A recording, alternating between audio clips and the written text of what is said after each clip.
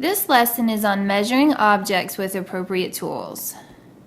When we're measuring objects, there are certain tools we can use to measure them. For example, we might use a ruler. A ruler has 12 inches on it and also has about 30.5 centimeters on the other side, and that's equal to 1 foot. We might also use a measuring tape. A measuring tape also has inches and centimeters, but we can buy them in various lengths. Two other tools we might use are a yardstick and a meter stick. And this little girl in the picture is holding an example of each. They're about the same height, but a meter stick is longer. A yardstick has 36 inches on it, or 3 feet, and that's equal to 1 yard. A meter stick has 100 centimeters on it, and it's equal to 1 meter. Now let's say we wanted to measure this composition book.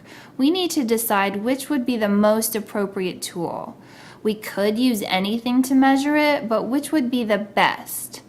I would pick ruler because a ruler is about the same size as a composition book. And if we were going to actually measure the composition book, we would lay the ruler down underneath it, start with 0, and see that it stops at 4. This composition book is 4 inches wide.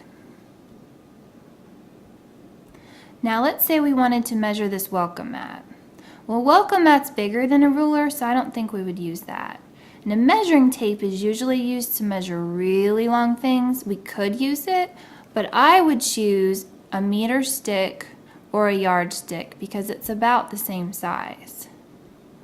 Now, if we're going to measure it using the yardstick, we're going to measure it in inches. We'd start with 0, and the welcome mat ends at 18. So this is 18 inches.